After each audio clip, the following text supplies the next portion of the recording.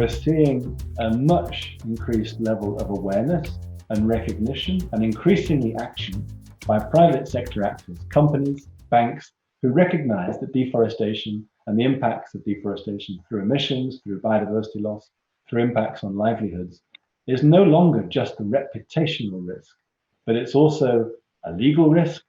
They may be exposed to illegal activities, but in some cases, it's an existential risk because they're seeing in the last few years for the first time that climate change is driving an existential threat to the productivity, to the yields, and to the overall production of some of these commodities. And that's particularly the case for things like coffee and cocoa, but increasingly we're seeing that with soy, with recent droughts in some of the soy-growing regions of Brazil having a devastating impact on harvests. We're seeing promise as well in the policy sphere, so particularly in Europe.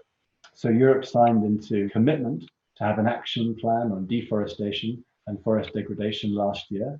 And this is taking effect in a few different areas, most prominently in the enactment of due diligence legislation by some countries. France has led the way, but other countries are looking to follow suit.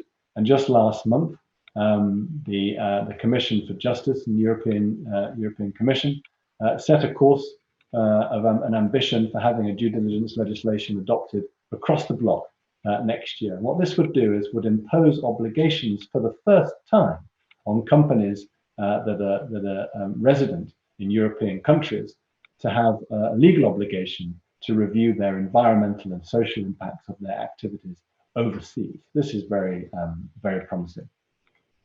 So, and another area where I think there is promise is that we're moving from something of a decade, if you like, where there's been a lot of individual action by companies, by countries, to a recognition that we need to have collective action to really drive change.